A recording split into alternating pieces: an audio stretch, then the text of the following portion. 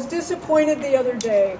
I read in a popular column a liberal author was berating a well-known conservative who had publicly, for the first time, strongly disagreed with an initiative announced by the White House. Rather than welcome the conservative pundit, and rather than reach across that divide, rather than welcome that voice that was based on a very small piece of common ground, the message the columnist landed on was unfriendly and critical. Basically, what took you so long? And where were you on election day? I was disappointed because I know in my heart we will never succeed if we beat each other up. Here. Every bit of energy we spend deriding someone for not seeing the light sooner, for not stepping up, for not protesting, not agreeing with us, every bit of energy finding fault with each other, we are doing ourselves great harm. I'm not a religious scholar, but I guess as people of faith, we place respect for human dignity at the heart of what we do. We must practice what we preach, even when it is hard. Our foundation and our strength must be in unity and respect and dignity for every human. We must live these words. We have a neighbor in Colchester for about 5 years now. I've driven by the "fuck Biden" flag every day. And it makes me crazy. And I refuse to hate that family. We have to be able to disagree and still look for common ground. If we remain open, someday there will be a small crack where the light might shine in. There is an infinitely successful strategy: divide and conquer. We must not play into that. When we squabble, we lose. When I look around at protests, I see a startling array of interests. One person is protecting the services of their child with disabilities. One person is worried about threats to the national parks, or the gutting of medical research, or the freedom to protest. My biggest concern may not fit hand in glove with yours. Doing faith-based justice requires us to work across our differences. We must refuse to allow Washington to pit us against each other. We are divided if we spend even one moment fighting each other. We must not let the chaos divide us. I think we can agree that the division and hatred and scorn must stop here.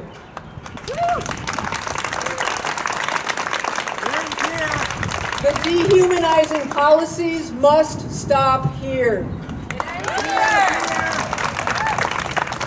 And the disrespect for any person must stop here. Mohsen Mandawi is a practicing Buddhist and a friend of the First Universalist Society of Heartland. And as a Christian, I stand with my brother. As a person who never joined a union, I stand with my union organizing friends. As a 6th or 7th generation American, I stand with my friends who came across the border yesterday. And as an English speaker, I stand with my neighbors who have no English. Yes, the constitutional crisis is here. We are experiencing unprecedented, cruel, and unconstitutional overreach. We are witnessing threats to the rights of nearly every person except the richest and whitest among us. You may be scared and uncertain, and that is okay. I am too. Maya Angelou said, "One isn't necessarily born with courage, but one is born with potential. Without courage, we cannot practice any other virtue." Angelou urged us to do one courageous thing, and then another, and then another. There will be times when you are overwhelmed with fear and fatigue, and then you must rest. We must prepare for the long haul. And when you need rest, I will show up for you. And when I need rest, I hope you will encourage me to rest. And then we will show up again together tomorrow and tomorrow. 250 years ago this week, less than 200 miles from here, people refused to be conquered. That shot heard round the world in April of 1775. That rebellion was a response to the Coercive Acts, which was a series of laws intended to punish colonists for deeds of defiance against the king. And if you believe those colonists agreed on how the government should be run, you're fooling yourself. But they stood shoulder to shoulder and they defied the king. It took 8 years, but a new form of government emerged. Democratic Republic was born, and as incredibly flawed as it was and has been every day since then, it is still worth defending. Muhammad Khalil recently wrote this. He wrote, "I write this letter as the sun rises, hoping that the suspension of my rights will raise alarm bells that yours are already in jeopardy. I hope it will inspire your outrage that the most basic human instinct to protest shameless massacre is being repressed by obscure laws, racist propaganda, and a state terrified of an awakened public. I hope this writing will startle you into understanding that a democracy for some, a democracy of convenience, is no democracy at all. So to Washington, I say, you have messed with the wrong people in the wrong state."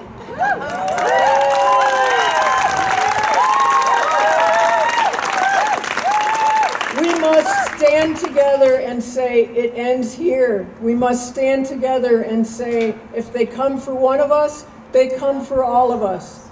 Please repeat after me. You have messed with the wrong people. You have messed with the wrong people. If they come for one of us, they come for all of us. If they come for one of us, they come for all of us. It must end here. It must end here. Thank you.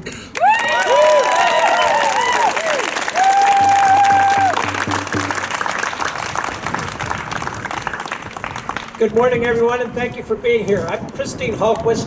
I'm a proud member of the Sierra Club of Vermont Executive Committee.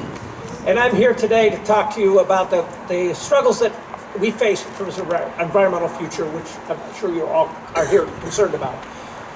I just have some good news, though. We're on the precipice of a breakthrough in our energy future. We're on the precipice of having a carbon-free energy system because of the number of breakthroughs that are happening right now with battery storage. No surprise, the billionaires who have invested in fossil fuels are going to resist this like crazy. And they're doing it right now, right here in Vermont.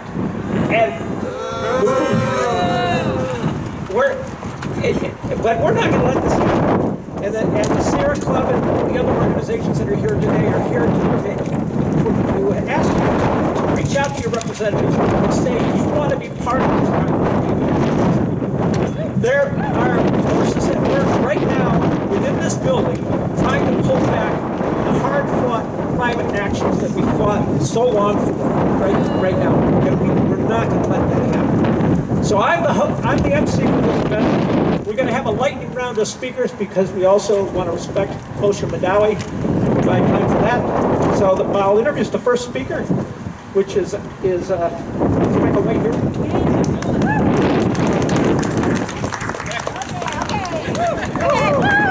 Oh, there she is, Rebecca White. Thank you. She's represents the Windsor District, longtime chair of the Climate Solutions Council. Thank you for your dedication. Okay, sorry, I was holding the tent down. We're not going to let it blow away today. Hi, everybody. I'm Becca White. I know that this is a little bit of a combo moment right now for the Earth Day and also folks here related to Moses Entertainment. I think those two issues are very aligned together, and I think it's no coincidence that he is also someone who cares deeply about nature and the environment. I think anyone who has that sense of gratitude for our natural world also has a sense of gratitude for humanity in a way. So let me just start by saying thank you for making your voices heard and speaking about climate and the environment. There are rumors floating around DC today that we will hear an executive order which will target environmental groups and their nonprofit status. That's when you can hiss and boo. We're also, I think, going to be seeing climate activists identified in the same way we see folks identified in favor of Middle Eastern peace. We're going to see the targeting of our communities at a greater level than I think we've ever seen before, and they're going to attempt to pick us off one by one. But we're not going to let that happen. We're not going to let that happen. And the reason we're not going to let that happen is because we have built a really beautiful community here. And when we have a community here that we know each other and we know the value of hearing everyone's voices. And as said earlier, when they come for one of us, they come for all of us. I want to just say one more thing since it's Earth Day. And if you have celebrated Earth Day as my family has, you've probably planted a tree or planted a garden or planned some kind of beautiful childhood wholesome type event around Earth Day. And that's the past, unfortunately. That's not going to be the types of Earth Days that we're going to need to have moving in the future. We can no longer be doing symbolic actions one-off. That has changed. So I ask that on this Earth Day, if you're committed to social justice, environmental justice, and access to our natural spaces, that you take a pledge of political action today. And you're here. If you're listening to me and you're here or you're listening to this online, you've done that. And I ask you to ask your friends and your neighbors to do the same, because this is not just a us problem, this is not just a me problem or a you problem, this is an us problem. So thank you so much for being here today, and thank you to Rob Kidd from the Sierra Club and to all the many organizations like VPIRG, VNRC, who hopefully you'll still have 501(c)(3), your nonprofit status by the end of today. And so I know we've got someone coming up next, and I'll just say before she comes up, before Christine introduces her, the next speaker, Jordan, is an activist and advocate who has more energy and more polish than I could ever ask for. If you've been a part of the Keep Vermont Cool tour, she has done all the PowerPoints and all the work. And I've gotten to be the person who showed up and just pointed at the slides. So thank you, Jordan, and Christine, I'll let you introduce her. So thank you all for being here. And look, the sun came out! Thank you, Becca, for all your work. Next, we have Jordan Hayden. He is the climate campaign manager for the Vermont Public Interest Research Group. Jordan has spent much of her life in the beautiful Northeast Kingdom with her family. Jordan, enjoy the same word. Thank you. Really hard to follow up Senator White, so I'll do my best there. But thank you all for having me, and thank you for being here today. So again, my name is Jordan Hayden. I use she, her pronouns, and I am the campaign director at VPIRG, the Vermont Public Interest Research Group. Now, VPIRG's mission is to protect the health of Vermont's people, environment, and locally based economy by informing and mobilizing folks all around the state. So today, I cannot think of a more pressing moment to come together and talk about that and to support this mission. So while Earth Day has often felt like a celebration to me, it is impossible to ignore the multitude of issues weighing on my mind at this moment in time. So today I'm thinking about Mosin Madawi, Rumesa Ozturk, and the many others who have been and will be illegally detained for speaking their truth. I am thinking about the tariffs, federal funding freezes, and job cuts that are putting countless Vermont families and businesses at serious financial risk. And of course, as always, I am thinking about the climate crisis, as it is the greatest threat to our collective survival. So right now, at both local and federal levels, climate action is under attack. Governor Scott has attempted to roll back and weaken the Global Warming Solutions Act, which is a law that holds our state accountable for meeting critical environmental requirements. We must protect it. President Trump has come for the purpose of the Climate Superfund, a law ensuring that big oil and gas companies pay their fair share for the climate crisis. We must fund and implement it. And on Earth Day, of all days, we've heard credible reports saying that President Trump is coming directly for us climate activists too. And I'm here to say that we will not be bullied into silence.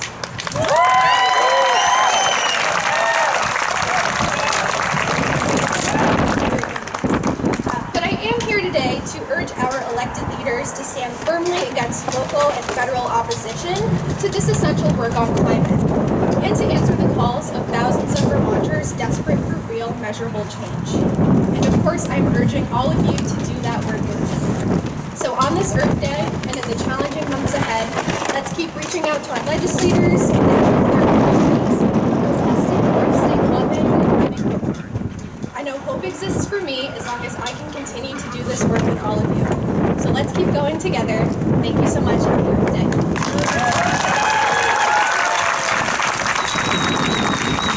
Next, we have Evelyn Seidner. She has been working on climate action from high school, which was part of her climate youth lobby. So, Evelyn, thanks for all the work you do.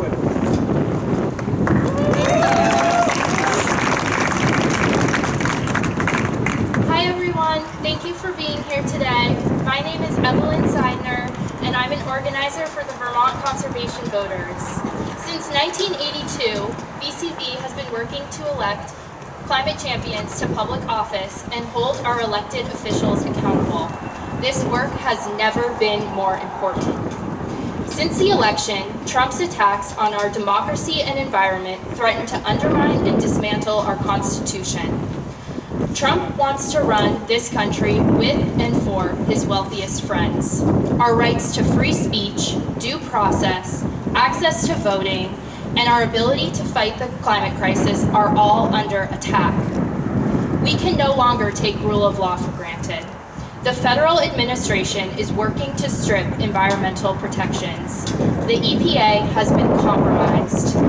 These rollbacks would benefit corporate polluters, while the rest of us will face increased threats to pollution-related illness, higher healthcare costs, and threats to our livelihood. Time and again, Vermonters have shown that democratic and environmental values matter to us, and we are leaders in many ways. Vermonters rally behind our own. Community matters to us. Let our response to Mosin Madawi's abduction last week from his citizenship hearing be a testament to this. But unfortunately, these issues cross state lines. Vermont is not safe from the federal attacks. Meanwhile, our governor has failed to take a strong stand against the Trump administration. Bill Scott has instead decided to focus his efforts on rolling back our own climate laws. We must demand more from our governor. We cannot be complacent with the federal administration's attacks on our human rights, and we cannot follow Trump's plans to gut our public infrastructure and roll back climate progress. Building a resilient and healthy future depends on our continued fight. The constant stream of bad news can be overwhelming. I get it. But we are not alone. Millions of people joined the nationwide hands-off mobilization, and protests continue, like we're seeing here today. We all showed up today, and we must continue to show up for what we believe in. We cannot stay silent in this time. We need to talk with our family and friends and neighbors, and we must make sure our elected officials hear our voice. Happy Earth Day. Thank you for joining us on this Tuesday morning. We're in this together.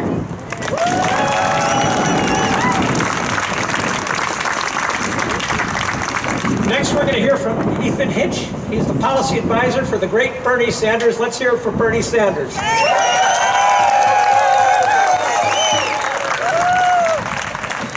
Hi everyone, my name's Ethan. I'm a policy advisor and outreach representative for Senator Bernie Sanders. He regrets he can't be here today, but he's asked me to read a statement on his behalf. Dear friends, thank you for attending today's rally. I want to thank VNRC, VCAN, Sierra Club, Third Act, and 350 for organizing this event. On this Earth Day, let us recommit to coming together and taking on the existential threat of climate change. I don't need to tell you that these are enormously difficult times. We are seeing with our own eyes the crisis of climate change. Massive floods here in Vermont, hurricanes Milton and Helene in Florida and North Carolina, horrible forest fires in Los Angeles and Oklahoma, heat waves in Europe, and flooding in China. The scientific community has made it crystal clear that this crisis is being driven by carbon emissions from the fossil fuel industry. I also don't need to tell you that the fight against climate change has gotten harder under Donald Trump, who believes climate change is a hoax originating in China. He has already moved to roll back dozens of federal regulations that protect clean air and water from the fossil fuel industry. He wants to make fossil fuel executives even richer by giving them free rein to drill on our public lands and waters. He has tried to illegally claw back billions of dollars in grants and loans for clean energy that will help Americans reduce their energy bills. And he wants to block the American people from holding the fossil fuel industry accountable for their decades of lies and deceptions on the science behind climate change.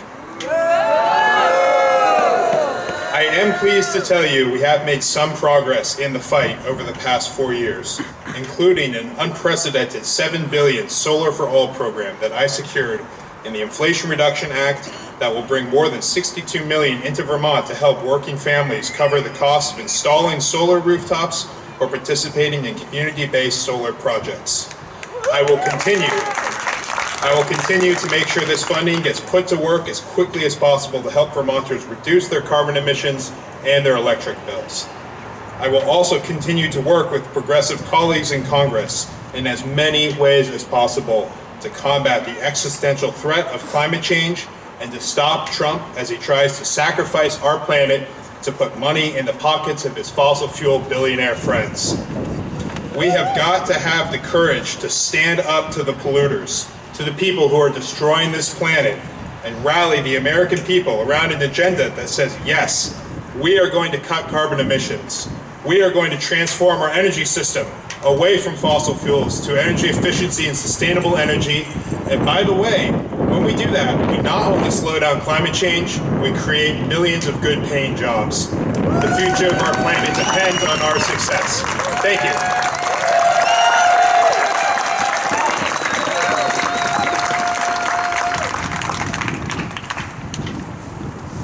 Okay, next we've got Amy Sheldon, Representative Amy Sheldon from East Middlebury. Amy's the chair of the House Committee on the Environment and the Renewable, and is on part of the Renewable Energy Standards Working Group. Thank you, Representative Sheldon, for all the work you're doing for the environment in Vermont.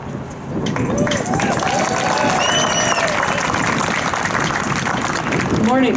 It's great to see you all here. Thanks for coming out for Earth Day, as well as all the other important social justice issues that are front and center on our minds today. When I think about Earth Day, I think about Mother's Day. And I think that all these special moments in a busy year are here to give us pause in recognition and thanks to our mothers for everything they've done for us. It's also a time for us to reflect on what we can give back to our mothers in these times that are unsettling for our democracy today. I ask you to consider engaging in both the stewardship of our Earth as well as the stewardship of our democracy. We've passed landmark environmental legislation in the past 4 years here in Vermont that provide a better frame for us to be stewards of the Earth, from the Global Warming Solutions Act to Act 59, which is our 30 by 30 conservation bill focused on biodiversity, to Act 181, which is monumental land use changes that are driving right at the heart of what causes climate change.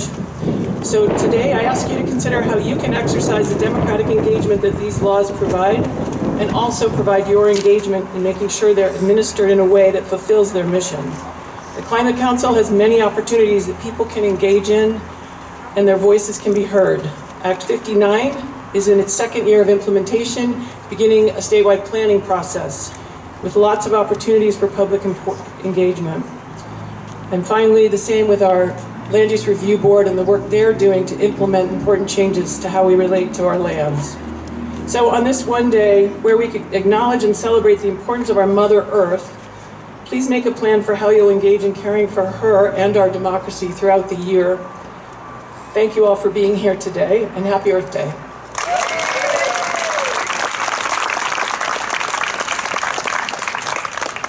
Thank you, Representative Sheldon.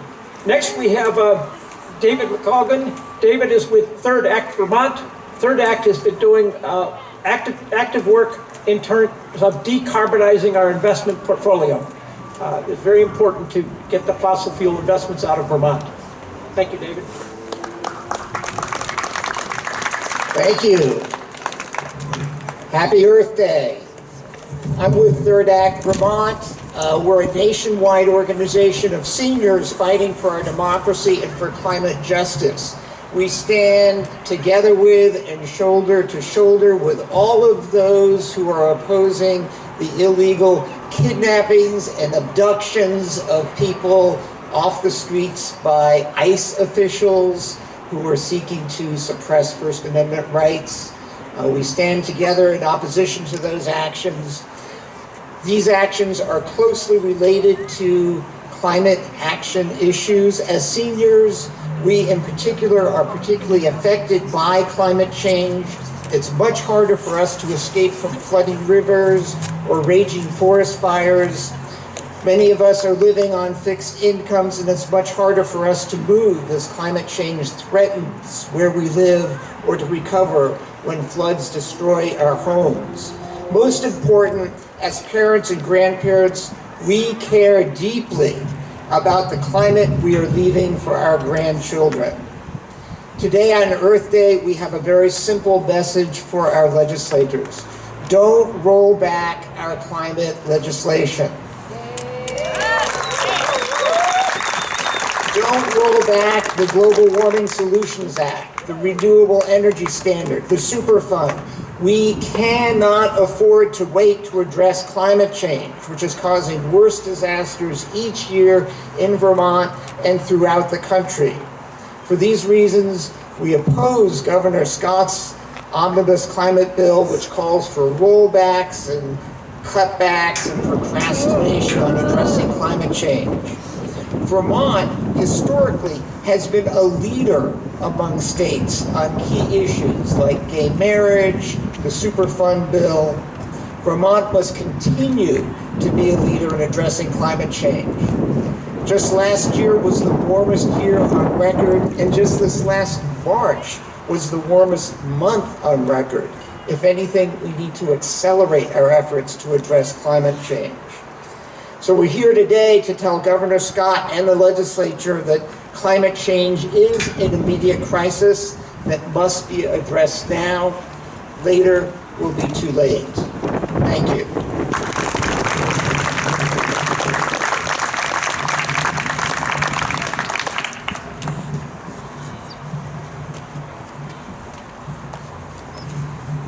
There are so many attacks going on our democracy right now. We're getting hit from all directions, but we can't lose our focus on the climate.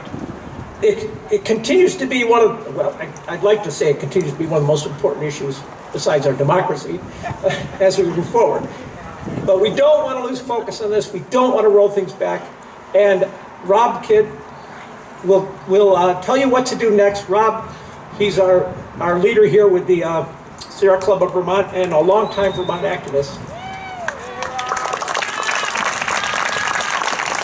Well, first off, thank you all for attending this. Obviously, Earth Day is in its 55th year, and for those of you who didn't know about it, it was a result of all the pollution of years of industrialization when rivers were catching on fire, our cities were involved with smog.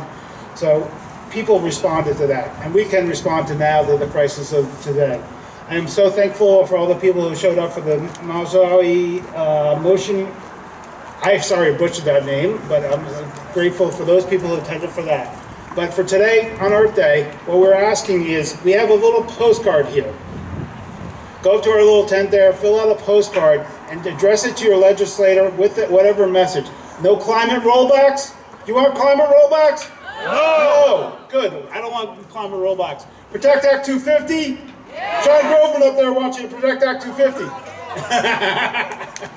So please fill out. It's very important for legislators to get your messages, because what's happening in DC is spreading into Vermont. We have a whole rash of politicians who want to gut our climate solutions laws, want to gut our environmental conservation policies. So let's take action and fill out these postcards and do it now before we walk into the building again. Right now, they're doing the press conference of Moshe Madawi, and we can respect them. We're going to hold off on going in there, but in about 15-20 minutes after they clear out, we're going to request you walk in there, just go try to find your legislators. In room 11, the Democrats are going to have their caucus, but a lot of times they're going to be walking through into the cafeteria for lunch. So wander the building, try to find them. If you don't, find me afterwards, and I'll hand deliver these postcards to your representatives for you. So, and for the meantime, while we're waiting for the press conference to level out, my good friend, Worcester resident, Chad Hollister, perform a couple songs for your entertainment while you fill out these postcards. And then thank you for all the organizations involved in supporting 350, Third Act, VPERG, VNRC, VCV. We can all do this together.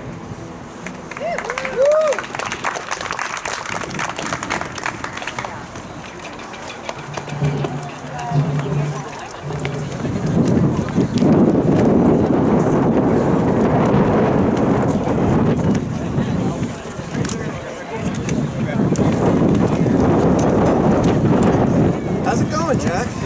Good, good.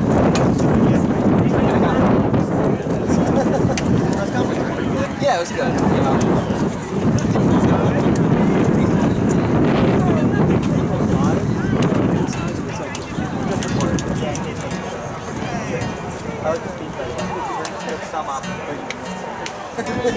Always a good friend. Yeah, right?